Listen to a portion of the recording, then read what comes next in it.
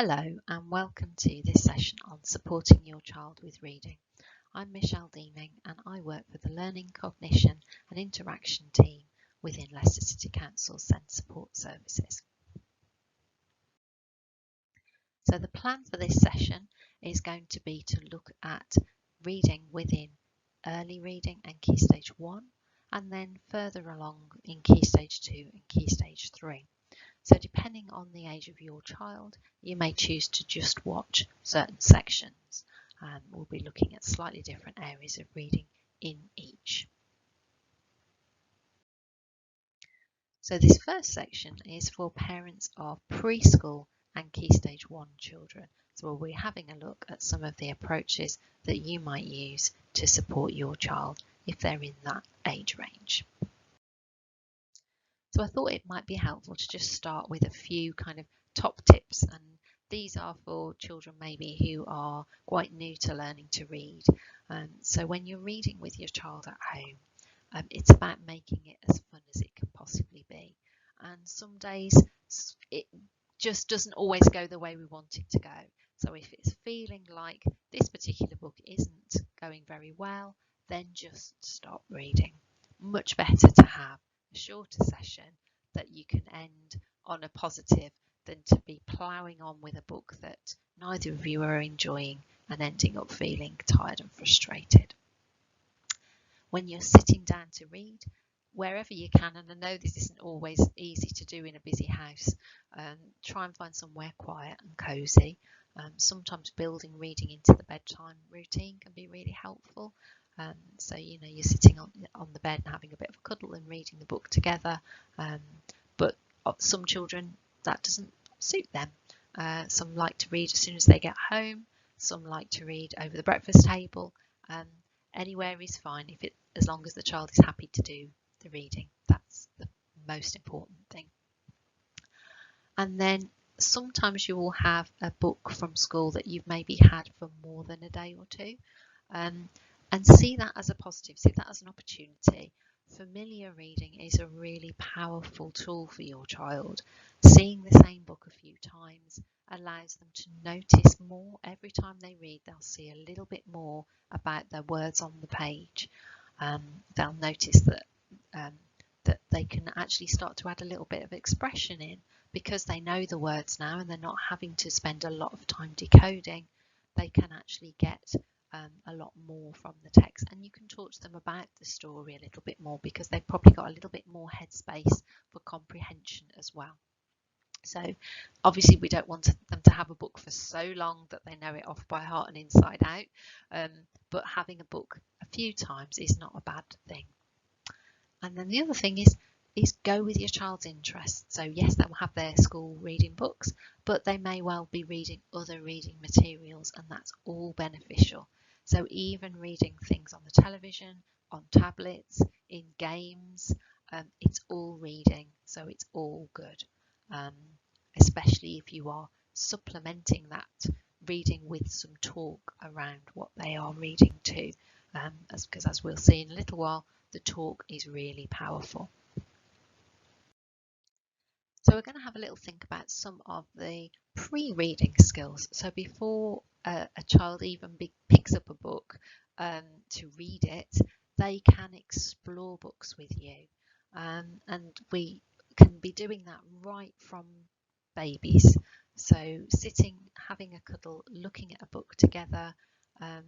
Babies can pick up the changes in your voice. They love the visuals, they love brightly coloured pictures, and they will be seeing how the book is laid out, and you holding the book, turning the pages is starting to give them that awareness of the book conventions and page layout. So even though you won't be explicitly teaching them about that, you are modelling that process to them and they're learning from that model. So it's really powerful. That's why we say, even if they can't read with you, you sharing a book is a brilliant learning experience for your child and will feed into their reading development at a later point in time.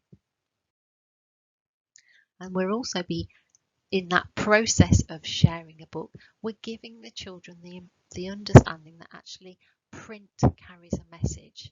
you're looking at that pile of mess on the page that's the writing, because your child won't know what it is at this stage, but they are hearing the same words whenever you read that book. They're hearing the same story, to the point that they know when you try and skip a page or two. So they're having that awareness that print has holding on to that story, that message. And again, you can be modelling the directionality that you're using. So if you're reading in English, you're moving across the print in left to right, and you can be pointing with your finger to show that process. Obviously, other languages, you'll be coming in different directions, and that's fine. It's fine for you to be using different languages at home. A child learning their home language really, really well will help them to learn English at a future point. So don't feel everything you have to do around reading and language has to be in English, because it doesn't. And then again, over time, you can be starting to model voice print match. So that's pointing to the individual words on the page as you say them and matching them. And again, that's a process that the children will need to learn when they become readers themselves. But if you've modelled that process, they're kind of a step in the right direction. And then starting to get their heads around some of the language of reading. And again, you dropping some of this terminology in as you're talking to them will help them to start to make sense of it. So words, letter, first, last, capital letter, some of that terminology. Don't get hung up about it. It's just incidental talk. You may well pop some of those words in as you're talking. So as I say, you might model that. So you might say, find me a word that begins with S on the page. So you're using that terminology word. You might say, oh, there's a capital letter here because it's someone's name. So, you might be popping some of that in quite early on, before the children maybe have started to learn to read at school. And having that time to talk around books, even as I say, even if the child isn't reading the book for themselves, you're sharing a book together and you're reading them the story. You will be talking about the pictures, encouraging them to think about the story, what might come next. They're making predictions. Can they recall what happens in the story? What's maybe happened already? What's coming up next? Maybe asking a question or two as you go, but keeping it fun, not too many. So that talk is really, really powerful, because that will help them develop their own oral language, which we'll see later feeds into reading development. So learning to read, as anybody who has worked with a child in preschool and early years and year 1 and year 2 knows, it's a complicated process. It's not an easy thing at all. So we're just going to have a think about some of the components that go into reading. And we'll look at these in a little bit more detail in the slides to come. But you've got phonological awareness and oral language. So phonological awareness is the ability to hear the sounds in words. We're going to talk about that in a little while. And oral language is your child's own ability to speak, their general everyday speech. Phonics is breaking the words into their individual sounds to be able to segment them and blend them back together again to read. Concepts about print are what we were just talking about earlier on, where you're aware of which way you go when you're reading, the front cover of a book, when you've got 2 pages of text, which bit do you read first? All of those things are the understanding of how print works, concepts about print. High frequency words. So these are the words that come up a lot within texts. Sometimes they're words that are decodable.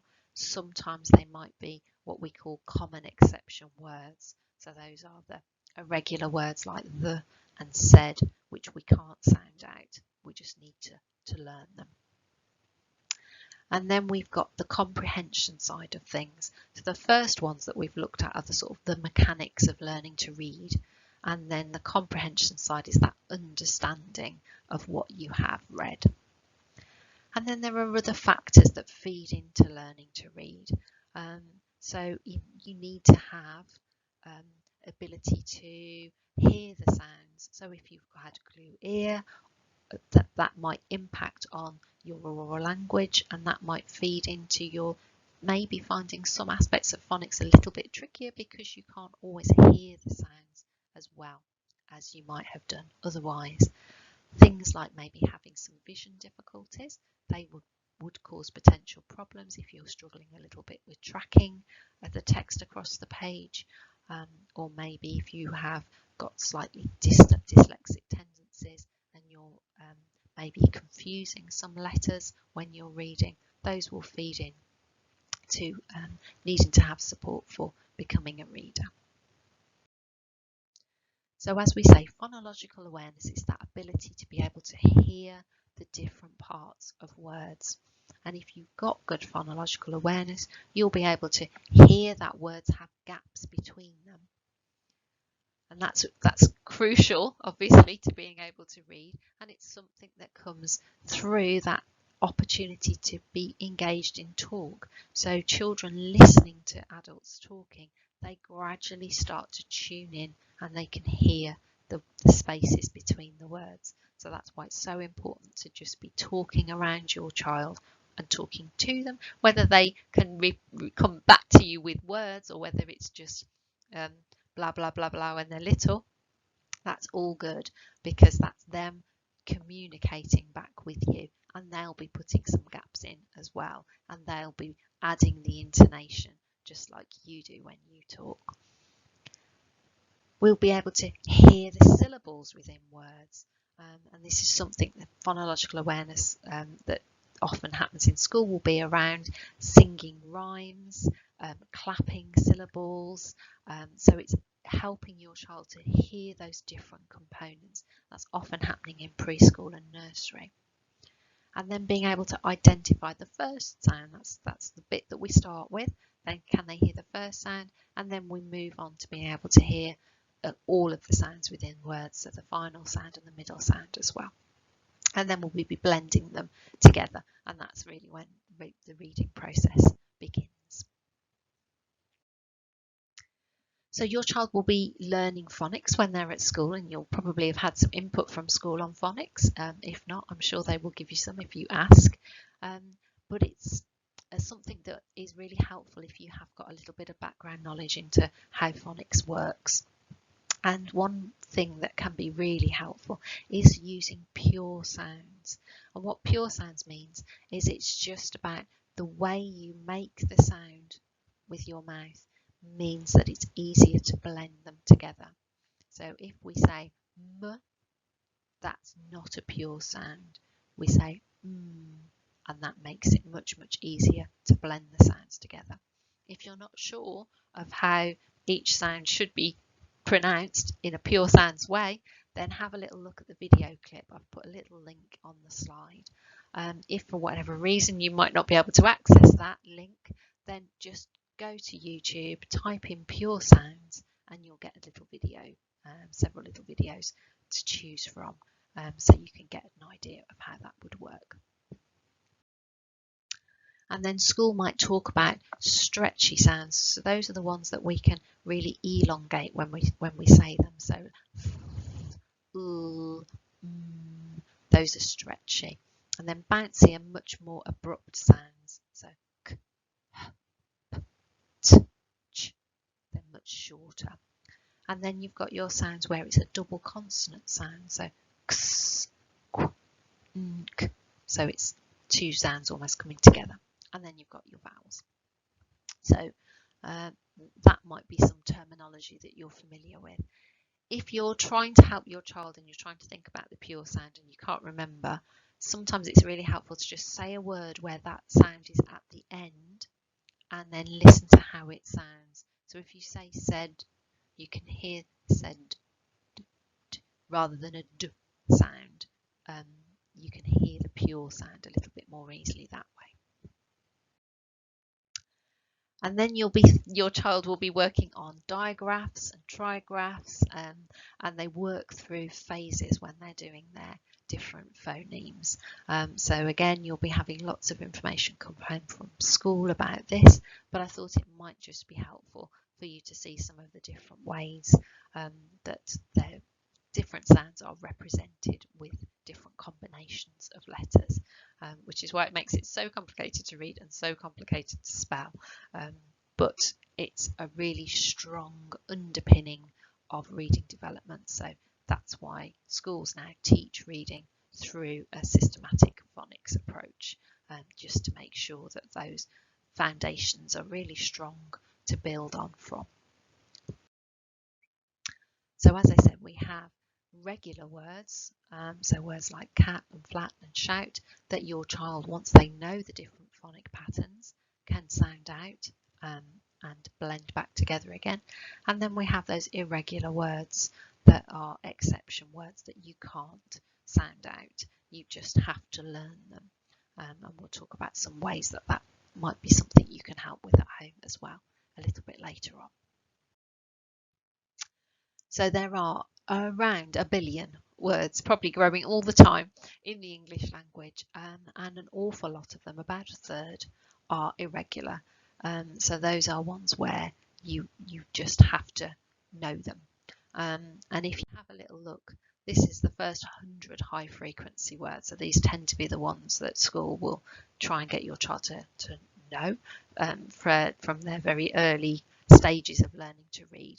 And you can see there are some in there that you can segment and blend, you can decode. So words like not, you can do the sounds and put the sounds back together again. But then if you look, you've got the, you've got all, you've got come. Those are words that you can't segment and blend. So those would be ones that your child would need to learn off by heart and just be able to get straight away when they're reading. So your child will be bringing home texts from school. It may well be that they bring home a phonically decodable book, because that's the approach that's recommended that schools are using, that they work on the phonics and then they send home corresponding books that match the phonic patterns that the child's been learning, so that they can build that understanding of reading through decoding the words. But some schools also send home additional texts that are not phonically decodable, but will have more of those high frequency words in to give children other strategies to use to support their reading, and also to give them a chance to have a bit more of a comprehension focus within their reading, because sometimes the phonically decodable books don't always have as much of a storyline to build understanding of comprehension. So those books that come home that aren't from the phonically decodable sets will maybe be book band books. So book bands were created to give a real gradual progression through the skills of learning to read, and they increasingly become more demanding as you go through the range of colours. So it might be your child may come home with a pink book or a red book or a yellow book, and then you'll see those colour bands change as they move through. So some schools use book bands because they're so finely tuned. You can see the progression that each child needs to move through. So it can be quite helpful from an assessment point of view for school. And then within those books, you will have a bank of high frequency words that again will be introduced quite gradually. So this can be something that you can perhaps help your child with at home, by helping them to learn some of these common exception words.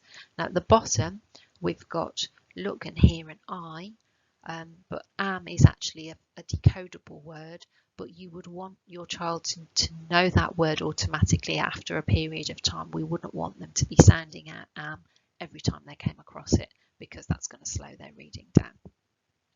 So ways of learning some of these exception words would be maybe to play snap. So you might write out these words on little pieces of card. So maybe do 2 or 3 cards with look on, then the same for hear, the same for eye, the same for am. Muddle them up, deal them out, and then play a game of snap together. Or it might be that you make a little bingo card each and play bingo with them. Or it might be you play a game called Your Pile, My Pile. And again, you get a set with multiple copies of each word. And then you turn the top word over and you bring your finger down towards that word on the table. And if your finger reaches the word before your child has said it, you win the card. If they manage to say the word quickly, they win the card.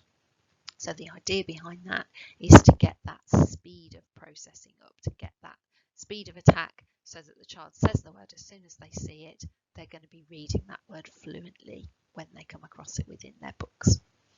And it could also be that you maybe use some magnetic letters. If you've got some stuck on your fridge at home, you can make some of these common exception words on the fridge and see if they can read them.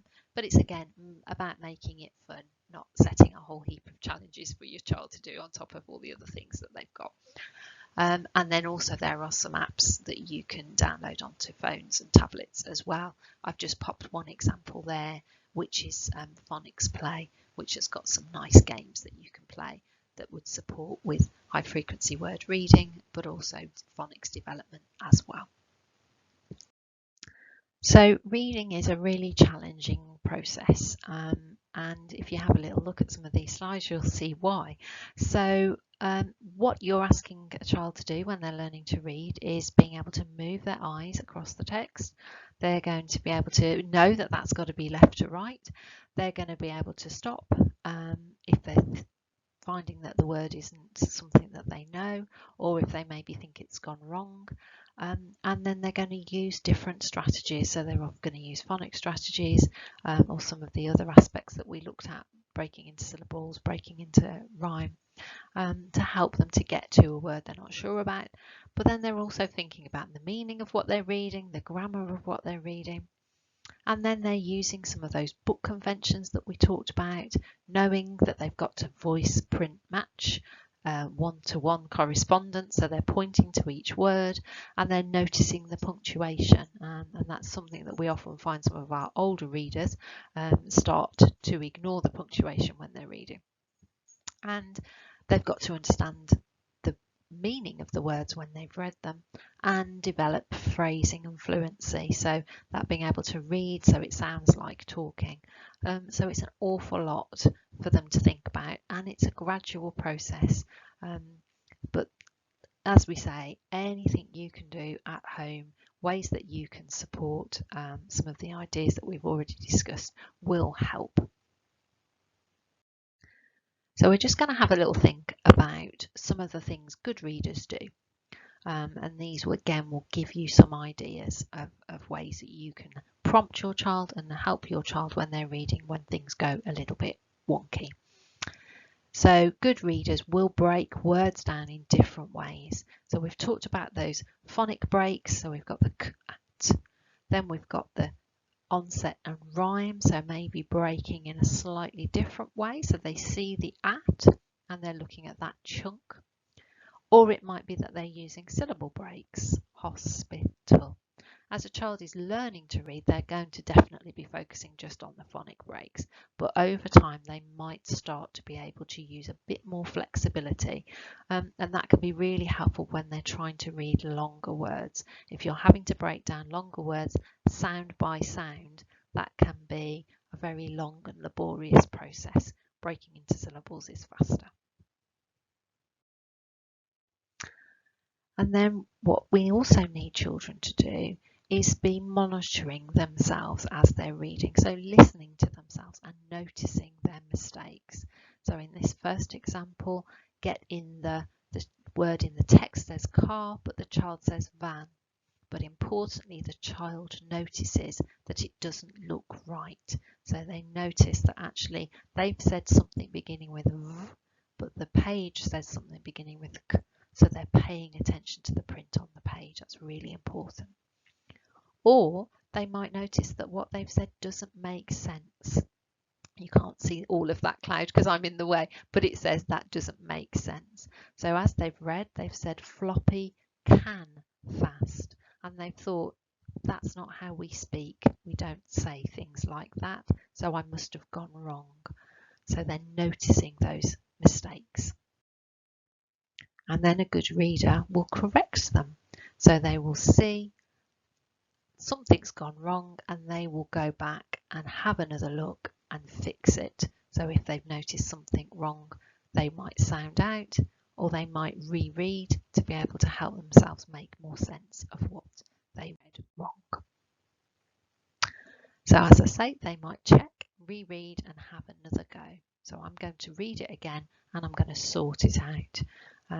And sometimes you modelling that process. So sometimes we read words wrong when we're reading. If we're reading a child's book with them and we make a mistake, we show them what we would do to put it right. And that modelling can sometimes be really powerful for your child to see.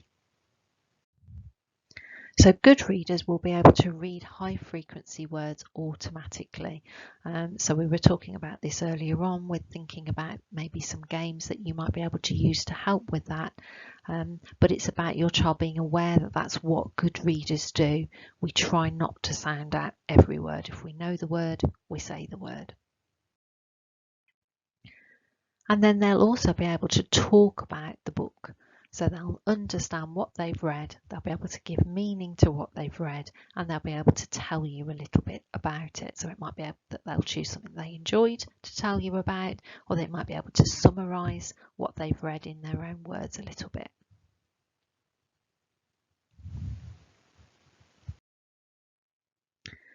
So the other area is reading in phrases, so it sounds like talking, and that's what good reading sounds like. If someone's reading to you and it sounds nice, it's because they're making it sound like talking.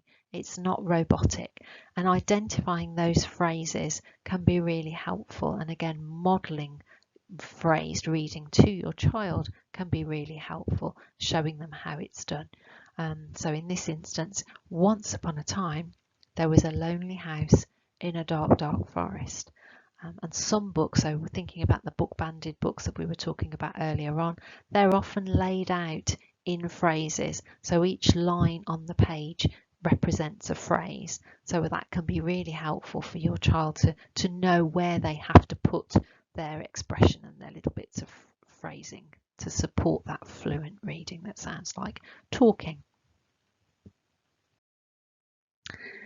So now we're going to move on to thinking about how we would support pupils in Key Stage 2 or maybe even Key Stage 3 with their reading. So this is a model that can help us to really understand what's going on when our child is reading. The aspects that we've been thinking about within Key Stage 1 really focus on that orange strand. So you can see here we've got two strands woven together. So we are the fluent, accurate readers who will be on the far right hand side of the coil. So we are able to read words quickly and we're able to understand what we read.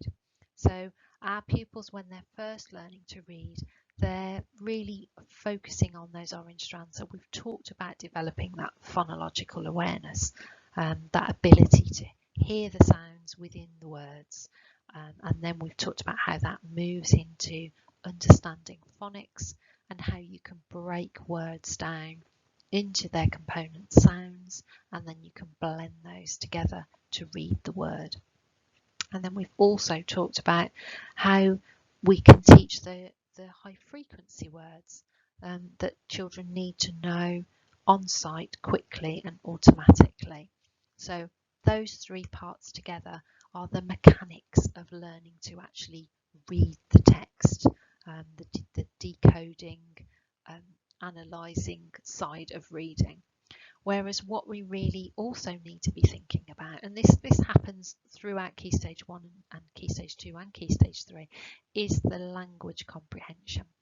But sometimes we maybe need to be a little bit more explicit about comprehension, because sometimes children can feel that actually reading is just about the decoding side of things, because we place a lot of emphasis on that in school and about the importance of being able to read the words on the page. Sometimes children forget about needing to understand and get meaning from text.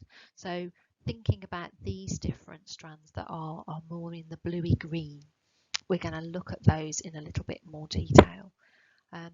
but I'm going to go through background knowledge and vocabulary with you shortly.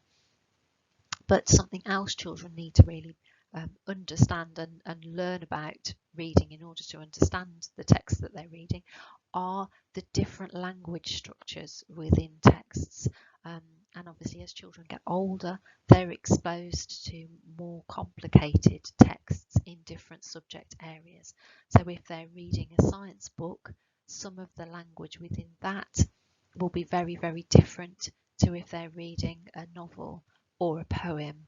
And then thinking about poems, there'll be language structures in there that require them to use some verbal reasoning skills. So things like metaphor and inference, where children are having to really unpick why the poet or the author has used the language that they have and what they're trying to say with that language.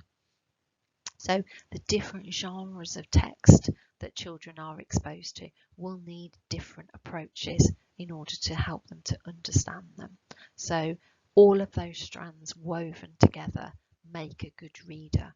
So any of those strands not quite flowing into the thread will be a barrier to that child's understanding of the text and ability to read the text. So we're going to unpick that a little bit more. So how can we support older readers? Often as children become older, they become a little bit less keen on reading for all sorts of reasons. There's often lots more interesting things for them to be doing in their heads. They don't necessarily see reading as being an important skill. But that's where we can be flexible to help them to see how reading is key to their lives by thinking about the reading materials we let them choose. So any reading is good reading. So if it's reading a magazine, if it's reading a comic, if it's reading something on YouTube, if it's reading things on their games that they're playing on the Xbox or whatever, it's all helpful and useful and valid. Some children might have different tastes in reading materials, and that's fine. If you can find something that floats their boat and it's got like a series by that author and you can read a few of them, then brilliant. But remember, all reading will count. Let them see you reading. Them seeing you as a reader is really powerful to emphasize the importance of reading right through life. And if they will let you, my son wasn't very keen on me carrying on reading to him and with him. If they'll let you, then carry on doing that, because again, it's a lovely way of having opportunities to discuss reading materials together, for you to model approaches and to talk about some of the language of text, which can be really powerful for older pupils as well as younger ones. So as I say, comprehension is key, and it's something that we find Key Stage 2 and 3 children maybe haven't really realised is important. They've perhaps got the impression that reading is about being able to be a good decoder of text, that they can read the words on the page, but actually there's not a lot going on in terms of understanding, and they haven't necessarily picked up the importance of that somehow from the school. So it's really, really important that we highlight that to them so that they can see that they need to understand what they're reading and get meaning from it. So one of the areas that will be particularly helpful for a child to use to help them to understand what they're reading is to apply background knowledge. And that is about them thinking about when they're reading a text, does it remind them of anything? Because sometimes bringing your own experiences can help you really understand the motivations of characters, why things are happening the way that they are within a story. So it could be there are 3 areas of background knowledge that your child might want to think about, and these are things that you can talk to them about. So maybe things that they have done, so their own personal experience, maybe things they've read or they've heard, so another book with a similar theme, or a story that they've had read to them in school that was perhaps on a similar theme, or something they've seen. So they might not have seen it for themselves in real life, but maybe they've seen a video on it, maybe they've watched a film. So all of those areas can be brought to bear to help you to understand what you're reading. So it's worth talking to your child about their own personal experiences or books or films that they can use to help them to understand what they've read. So in the rope model that we looked at earlier on, there was a strand that was purely dedicated to vocabulary knowledge. And vocabulary is crucial to understanding. If we don't understand what a word means, it's very hard for us to unpick the meaning of that particular sentence or paragraph or even chapter in a book. So it's really important that your child is monitoring for that. And if there is a word that they don't understand the meaning of, they have some strategies to help them to unpick that meaning. So it might be that they can look it up in a dictionary and find out the meaning from there. Sometimes dictionaries aren't all that helpful and can feel a little bit hard in terms of the language use within them. So perhaps a Google search might be more helpful, especially if they're looking up the meaning of a noun where they can find a picture to help them to understand what it is that the text is referring to. It may be that they break the words apart to look for clues, and a way that can be quite helpful that schools will have taught your child about, hopefully, is thinking about either the morphology of the word, that's the chunks of meaning within a word, or the etymology of the word. So that's parts of the word that have maybe come from another language, and those parts actually hold a little bit of meaning for themselves. So an example here is the word trisyllabic. So we can think about the units of meaning within that word. So when we think about try, we know other words that have got try in them. And if you're thinking in the mind of your child, they might think about words like triangle or tricycle. And if you think about the common factors within those words, it's three sides, 3 wheels. So try means 3. And so we can bring that information to bear on helping us to understand trisyllabic. So then if we look at the syllabic part and we think about the meaning within that, or other words that are a little bit similar to syllabic, we might think syllable. And if we know what syllable means, we know that that's a little bit of a chunk of sound within a word. So trisyllabic, we might be able to work out that that means 3 syllables within a word. So it's having that background knowledge of words and word meanings, and you can do a little bit of work around morphology and etymology. There are lots of things, if you look up online, you can find some games and resources that could help with that a little bit. But as I say, it's something that's a real focus usually in Key Stage 2 English lessons to help children understand those components, because they help in other ways too. They can really help with spelling. So it's really something that's taught quite hard in Key Stage 2.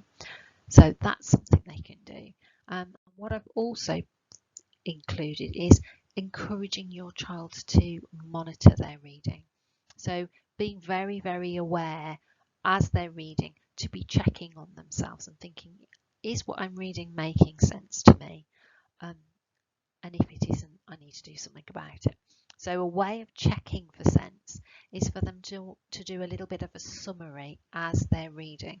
So after each paragraph, and they've read the paragraph through, they then summarise that paragraph to themselves by saying, so basically that paragraph meant blah, blah, blah, and they're just summarising it.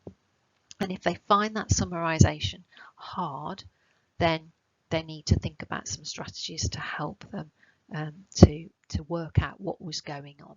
So these are some ideas that they might use. So when they have that little bit of a breakdown and the meaning seems to have gone, sometimes it might be helpful to go back and reread 2 or 3 sentences and just try and collect some clues. What are the important bits? maybe highlight those if you're on a piece of paper rather than in a book, and start to try and make some connections. Be a little bit of a detective, and if you've got some background knowledge that you can relate to that little bit of text, use that to see if that will help you make sense. It might be that you get pictures in your mind. Having that little bit of a movie running through can sometimes help you make sense of things, and we'll talk about that in a little bit more detail. And then maybe look at some of the key words within the sentence, because they can hold a lot of meaning as well. Sometimes reading on and then reading back can be helpful, and again, trying to think like a detective, trying to unpick and look for clues. It's about being an active reader, not just expecting the meaning to just sort of land in your lap, but actually realizing sometimes you have to do a little bit of work to unpick.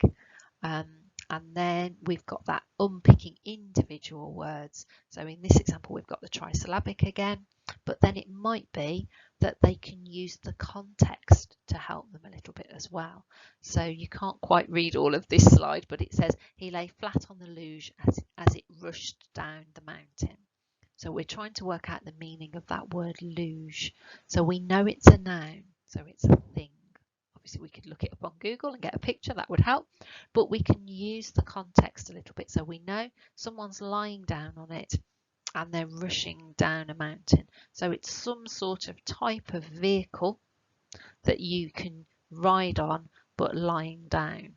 So again, you might then get a little bit of a picture in your mind, and you might think about perhaps something like the Winter Olympics, and you might suddenly think, ah, yes, I've seen one of those.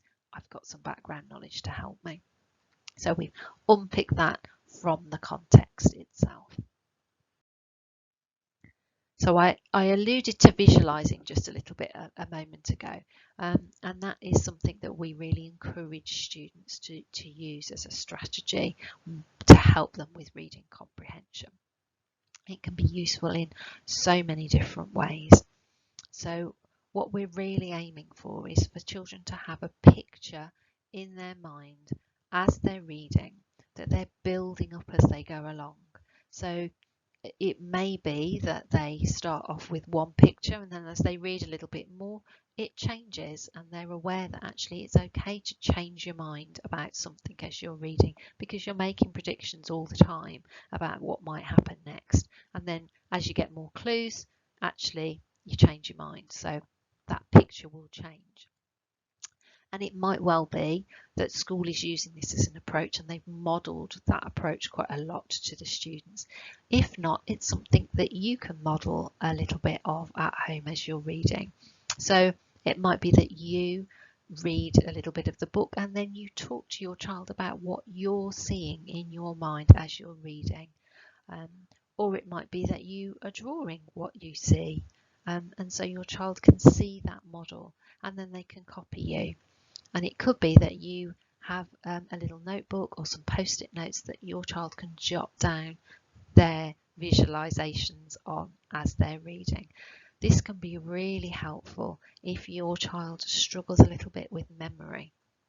So if when they're reading they can't retain what they've read earlier in the chapter, by being able to do a little bit of a visualization, a little summary on a post-it note, it could be some keywords, it could be a little bit of a picture, then when they are needing to track back to try and jog their memory, they've got that picture there. And sometimes just the process of actually drawing the picture seems to help with the connections within their memory and help it to be stored into long-term memory. So it's a really helpful strategy to use, and it can be really useful for revision as well. And I'm going to talk to you about some other tools that are also really helpful for revision. So we talk about graphic organisers, and these are just a little bit like a mind map, if you've ever seen something like that, a little diagram where children can jot down in picture form, in word form, key thoughts from texts, and they can use that as a little bit of a summary tool. So a lot like in the previous slide where I was talking about using the post-it notes, they can download bits so that if they've got memory issues, they can free up that memory space again by jotting down their thinking around the first bit that they read, and then they can do the next bit. But they can also start to make connections or pull out information according to key themes. So that can be really helpful, again, when revising, but it can also be really helpful for writing. So if they're planning a piece of writing, they can do a graphic organizer in the structure that they need their writing to take, and then they can pop the ideas into that structure as they go, and then they can use that as a planning tool. So it can be really helpful, and you can obviously also use it if they've got a piece of homework related to reading a piece of text. And these are really helpful for Key Stage 2, but probably more so in Key Stage 3 and 4, where the texts are much more complicated and the children are having to do much more reading independently at home. So that's something to bear in mind. I'm going to show you some examples of graphic organisers now. So we can see here these are all for non-fiction texts. You could use these structures or similar structures for a story, a narrative, or a poem.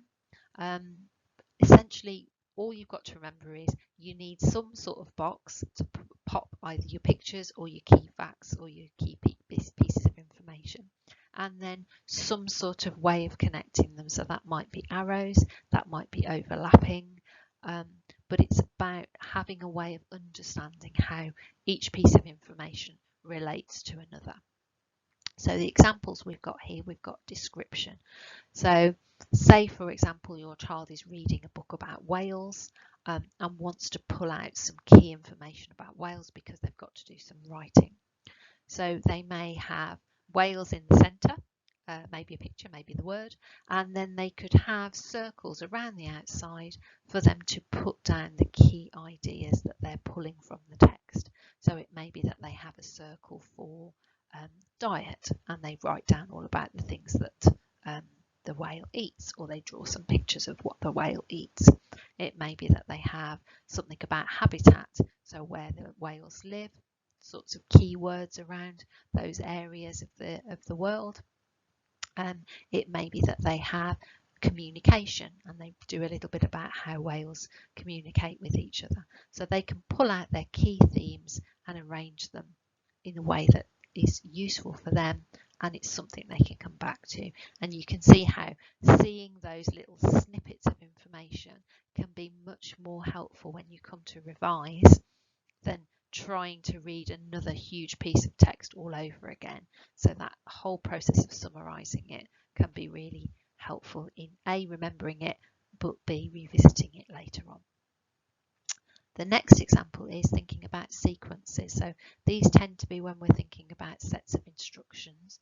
So it could be something from maybe DT or science. So if they're having to think about stages for something. So again, it could be how things change over time in a science experiment or something like that. So again, it could be picture form, it could be word form. They can make it as much or as little as they need to be able to retain that piece of information. Then we've got compare and contrast. So this one's quite nice because it gives you an overlap. So you've got, say you were looking at elephants and you were thinking about Asian elephants in one circle and African elephants in another circle. So the inner bit where there's the overlap would be the area that the elephants have got in common. So, you know, they like to eat the same things, or they grow to the same height, but then in the separate circles you could have, you know, one of them has got larger ears than the other one, they live in different countries. So you can see again really quickly, just by looking the key facts around each area without having to reread that whole piece of text again. And we've got cause and effect. So again, that might be something that's helpful in science or geography, where you're having to think about change and how different things impact on each other. And it might be that you have not just a linear pattern like that, but you might have other things coming in from outside that are influences that make more changes. And then the last one I've got on there is a problem and a solution, and that one might lend itself more to stories as well, where you've got a problem in a story and you're finding different potential solutions. So hopefully those are helpful. As I say, they don't have to necessarily look exactly like that, but it will just give you and your child some starting points for thinking about how they can make sure that they're understanding what they have read. And they can be really helpful as well once your child has filled them in, actually using them to tell someone else about whatever it is that they've just read. So if they use this diagram structure to summarize the text, and then they sit down with you and they retell by looking at the diagram, and then you can see if they can use some of the language from the text. And again, that overlearning can be really helpful if your child has got memory difficulties, because they've obviously read it, then they've recorded it in some form, and then they've talked about it. So they've kind of come at it from 3 different directions. So that can be really helpful. So we have spent a while having a little think about reading and across the ages. So right from the very beginning, and thinking about how you can support very small children with starting to have a little think about how books work. So that sharing books, so powerful, even when they are absolutely tiny. From birth, babies can pick up on your voice and your intonation and your the way we are innately, well, the way we talk to babies in that sing-song voice. That's because that really helps them to tune in to the way that we speak, and they start to pick up on those speech patterns, and then they start to replicate them in their babblings. And you may have seen young children when they've got their play telephones, and even when they haven't got words, they sound like they're talking because they're trying to put together those sound patterns. So hearing you talk, hearing you read to them, and to look at the pictures together, all of those things are so powerful. You're introducing them to language, even if they can't yet speak it back to you, they're taking it all in. So be as vocal as you can be with your little ones, because oral language development is the key to reading development. If your child has got good language levels, they stand the best possible chance of becoming a good reader. So I really can't emphasize that enough. And then when they are able to read a little bit for themselves, or you're supporting them in those very early stages, making a space in the day for reading, trying to read every day. I know life gets in the way, but even 5 minutes a day has been shown to make a significant difference to reading progress.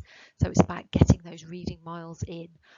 So even if, as I said in the slides, it doesn't have to just be the child's reading book.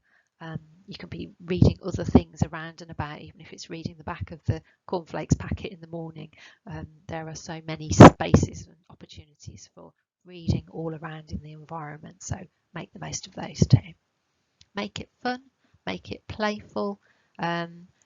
Rereading a favourite book, even if it drives you potty that they want to read the same book every night, it's so powerful, because again, it's a language development opportunity, but it's an opportunity for them to start to develop some fluency in their reading as well if they're at that stage. Value all sorts of different reading opportunities, so be aware that your child will be reading on their phones, playing games. That's powerful too. So it's worth giving them credit when they're doing that. Talk to them about their reading. Give them that awareness that reading is about getting meaning from the text, not just about decoding. So having opportunities, so if they're bringing decodable books home as reading material from school and they're not bringing alternative books, if you have opportunities to share non-decodable books that have maybe got a little bit more of a storyline within them, that is going to be really powerful to develop their language and their understanding of comprehension. And then helping them with strategies if they get stuck. So thinking about the decoding strategies. So we talked about those skills of a good reader. earlier on in the Key Stage 1 section. So thinking about what they can do if they get stuck and having an awareness that they've got stuck and they need to try and fix it, and giving them the space to fix things for themselves, not feeling that you have to jump in straight away. Give them that little bit of time to see if they can do it on their own. But then also having that expectation that reading is about understanding, and if they have got stuck on comprehension, what they can do to sort that out for themselves as well. So hopefully there will be some little nuggets of information in that hour that will be helpful to you. I really hope so. So good luck with your reading with your child, whatever stage or age they're at. And as I say, enjoy it both of you together, because that's the main thing. Thanks very much for your time.